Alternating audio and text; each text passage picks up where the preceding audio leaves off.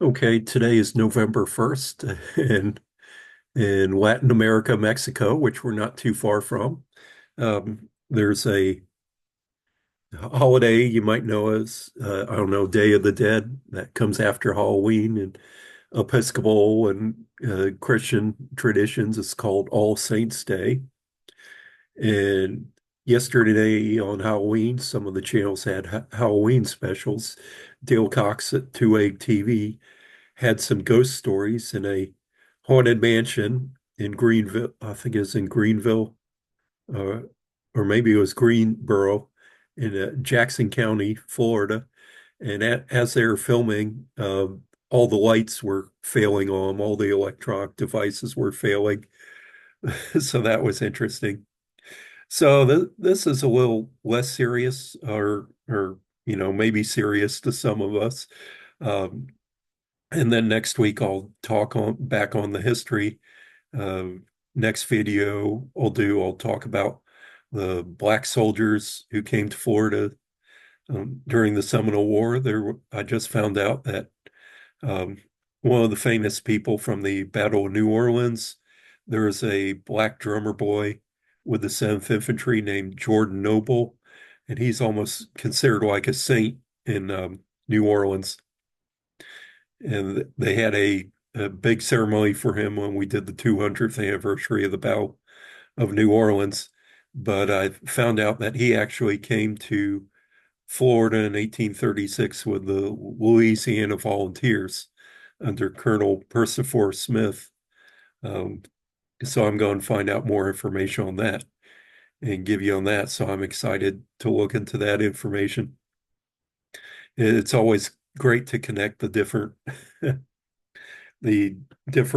characters and peoples that you know from one battle or one time in history and can connect them to other ones. So anyway, I've been into the living history reenacting since 1985. I've been researching the history of the Seminole Wars since about 1981, and the Seminole culture uh, since I was a little kid because my mom was an anthropologist. And it was something I was always around, you know.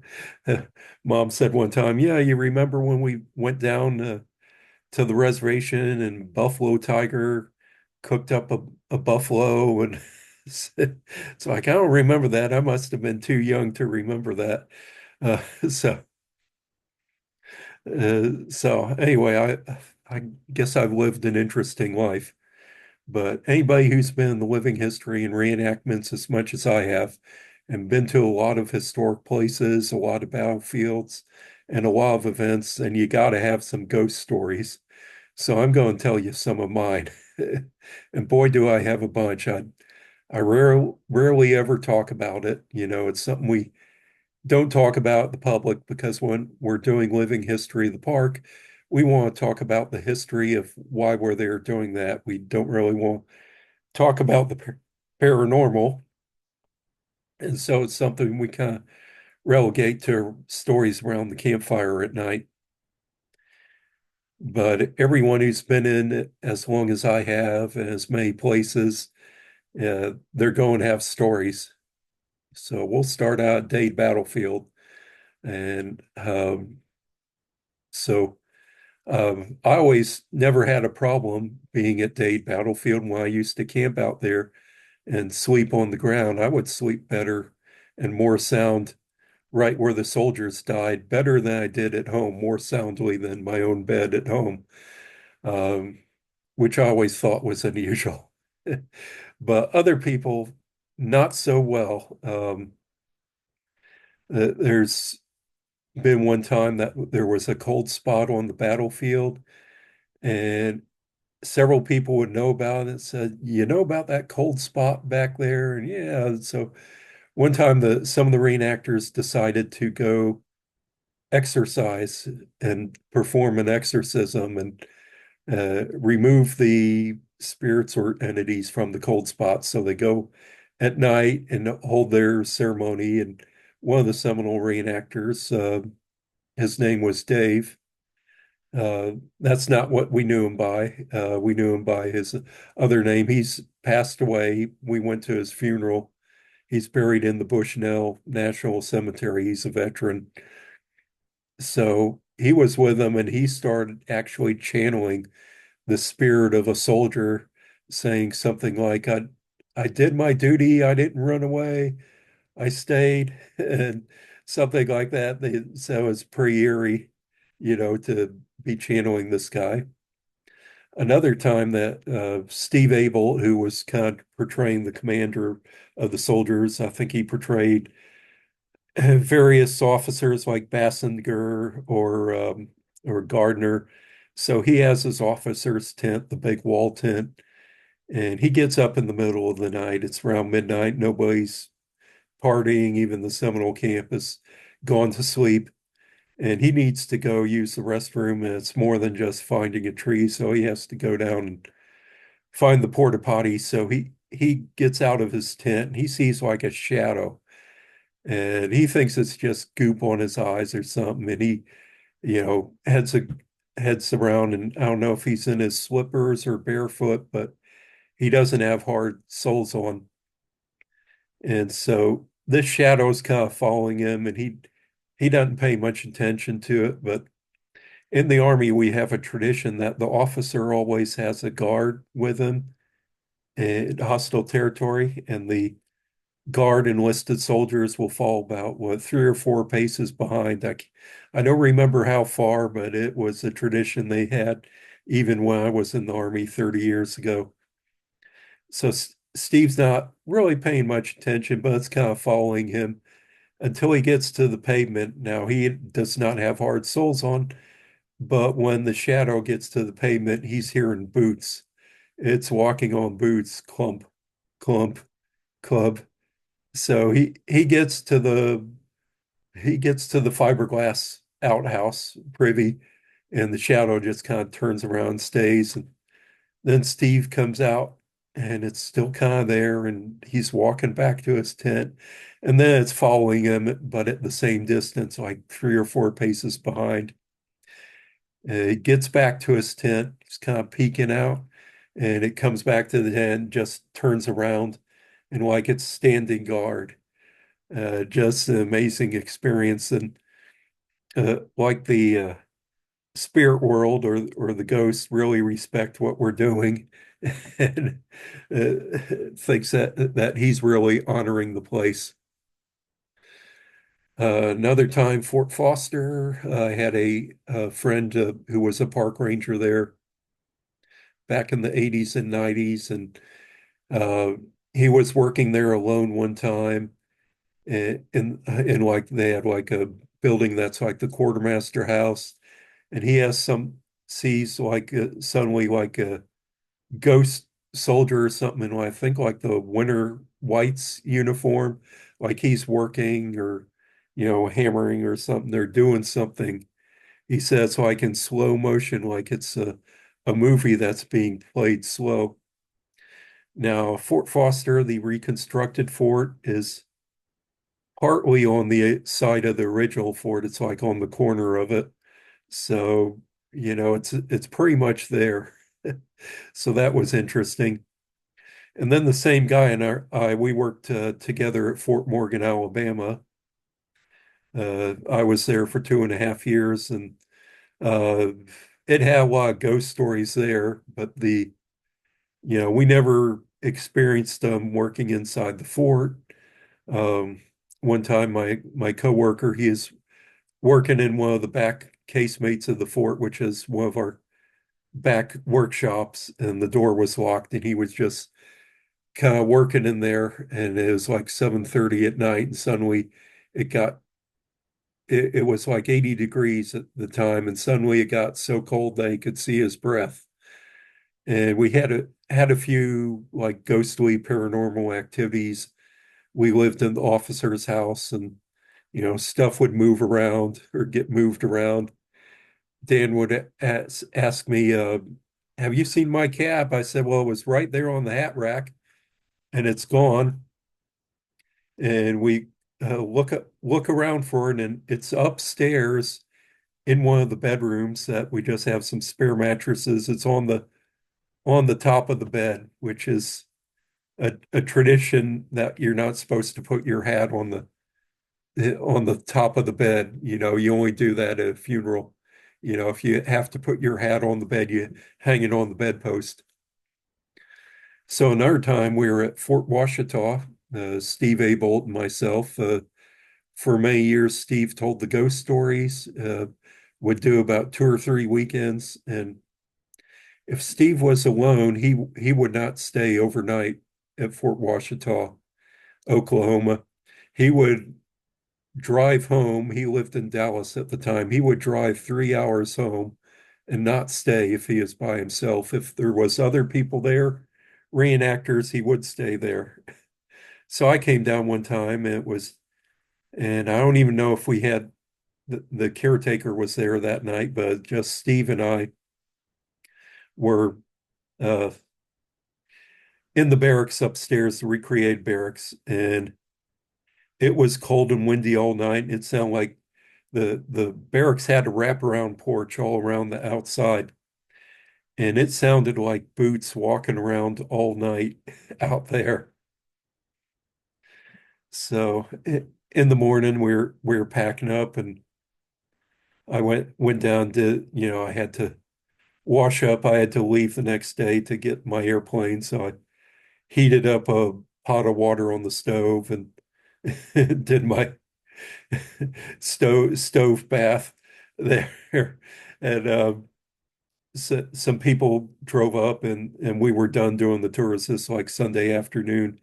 Steve was talking to the people, and it's a man and a woman, and the woman, his wife, she was deaf, so they were signing and all that. And Steve knows that. And the man comes up and he's asking Steve questions about the history of the place. Steve is answering him.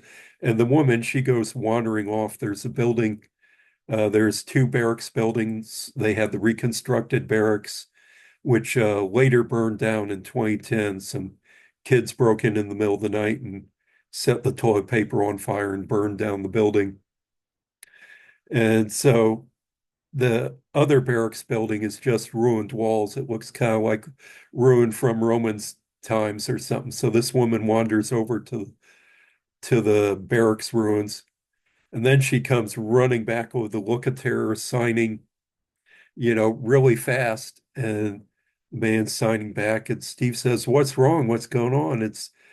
And he says with total shock, "She's saying, 'Can't you hear the voices?'" So, God, one of the most shocking things, they had in that barracks building, strange things would happen. The caretaker of the site, he would leave and lock the place up for the night and then come back the next morning, and the antique locks, which were these square box type locks, would be off the door, laying on the floor and disassembled there, and the door's wide open. Other times, reenactors would be staying in the barracks building and stuff would get moved around at night to other beds. There was a sergeant's room next door that nobody had the key to, but it had windows on the side and you could see inside the windows. One of the girls' shoes disappeared, and they looked inside, and her shoes were inside that room that nobody had a key to that they could see through the window. They had a log cabin there called the Bohannon Cabin, seriously haunted. One time the guys were downstairs, they had the kitchen area playing cards all night, and they said, "Well, it should be time. We should probably get to bed soon." And once they said that, all the candles blew out in the room. Upstairs, they had a bedroom, and whatever ghost is in there just didn't like women. There'd be the girls who would cook, they'd stay there, and it would be in your face. They had one woman staying there, and she was like a state attorney from OK City. She would be up there, and something would be in her. It's like in her face all night. And she woke up in the morning and picked up her corset that she had put on the chair the night before she went to bed, and picked up half of it. The other half was off, and all the lace that had gone in the front and back, was all in pieces no longer than about 3 inches long, all disassembled. Another time, Steve was in the cabin doing a tour on the back porch, and something unseen, something picked him up and threw him off the porch in front of his tour group. There's another time that these two soldier reenactors were there, and there's like a cemetery nearby. They were sitting to the cemetery and they saw some mist and saw the mist swirl, and they said, "That's pretty cool." And they said, like, an apparition of an arm comes out of the mist. They didn't see what followed after that because they were out of there after that. One of those guys is like a police officer, and the other one was in law enforcement, so they're pretty credible sources. There's the ghost of Aunt Jane at Fort Washita that from the Confederate cemetery would be seen at night with a lantern. And some of the reenactors actually saw her at night, saw her were hiding under this bridge and this ravine nearby, and saw Aunt Jane coming. They thought that was a woman, and they were going to read her the riot act for being out there where they're doing it at night, tactical. And then they see the uh, woman with the lantern approach, and it flies right over them, over the ravine. Uh, they ran out of there real quick too. Anyway, after I did this, those are all events that happened over several years, not all at the same time.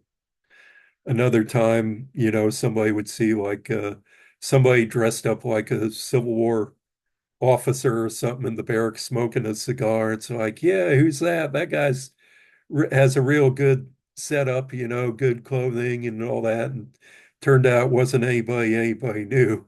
And never saw him after that. So after I do the tour with Steve, I get up and I have a flight on Monday out of Tulsa. So I figure I'll drive as far as I can, get hotel room next to Tulsa, get on the airplane the next day. And as I leave, I'm feeling sicker than I've ever felt before, real sick in the stomach, feeling real bad, kind of dizzy, horrible temperature, fever. Finally, I get to Okmulgee, Oklahoma, and I can't go any further, so I stop and get a room at a hotel. And I think my appendix must be bursting or something, like I have appendicitis. So I feel like I nearly died that night. I get on the airplane. I don't go to a hospital because I was young back then, as I was only about 30 years old. So when you still think you're young and you can walk it off. So I get on the airplane, come back to Orlando, and go straight from the airport, have my dad drive me to the hospital, and they can't find anything. They said, it must have just been indigestion. And I don't know about that because I've never been that sick in my life. So I go talk to a Seminole lady I know on Brighton Reservation who I'd visit often, and another elder I know, and telling them the symptoms I've had and as sick as I was, without telling them where I was at and what I was doing. Both of them immediately said, "Oh, that's ghost sickness. You must have been around a haunted area." The ghost sickness is described by Willie Lena in a book, Seminoles, Medicine Magic, and something of that uh, book by Mr. Howard. Um, Willie Lena was a Seminole elder in Oklahoma, and also described in the Sturdivant's dissertation. William Sturdivant, who worked with the Seminoles, interviewed Josie Billy in the early 1950s.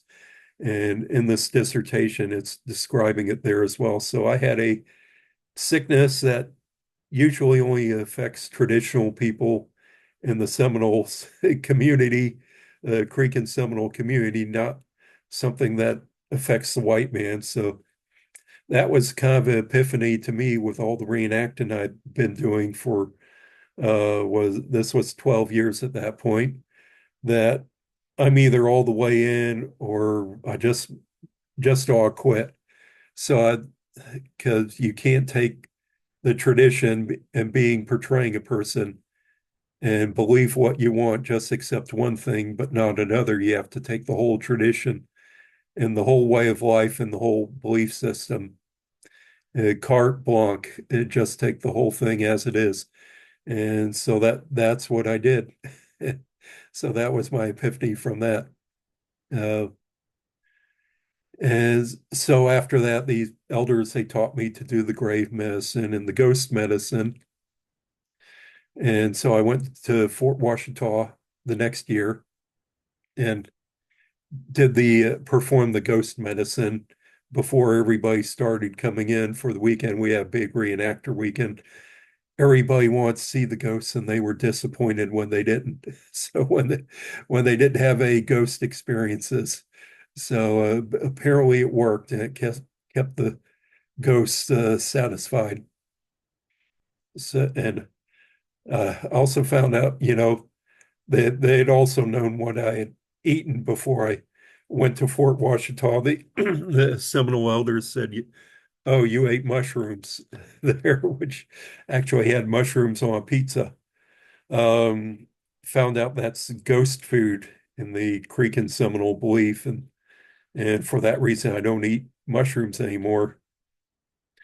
And I had one other time when I had the ghost sickness, and that was right after my parents passed away, and I had their ashes in the boxes on my couch that I was going to take to the veteran cemetery, and I got the ghost sickness again, um, and one of the elders told me what to do to remedy the situation.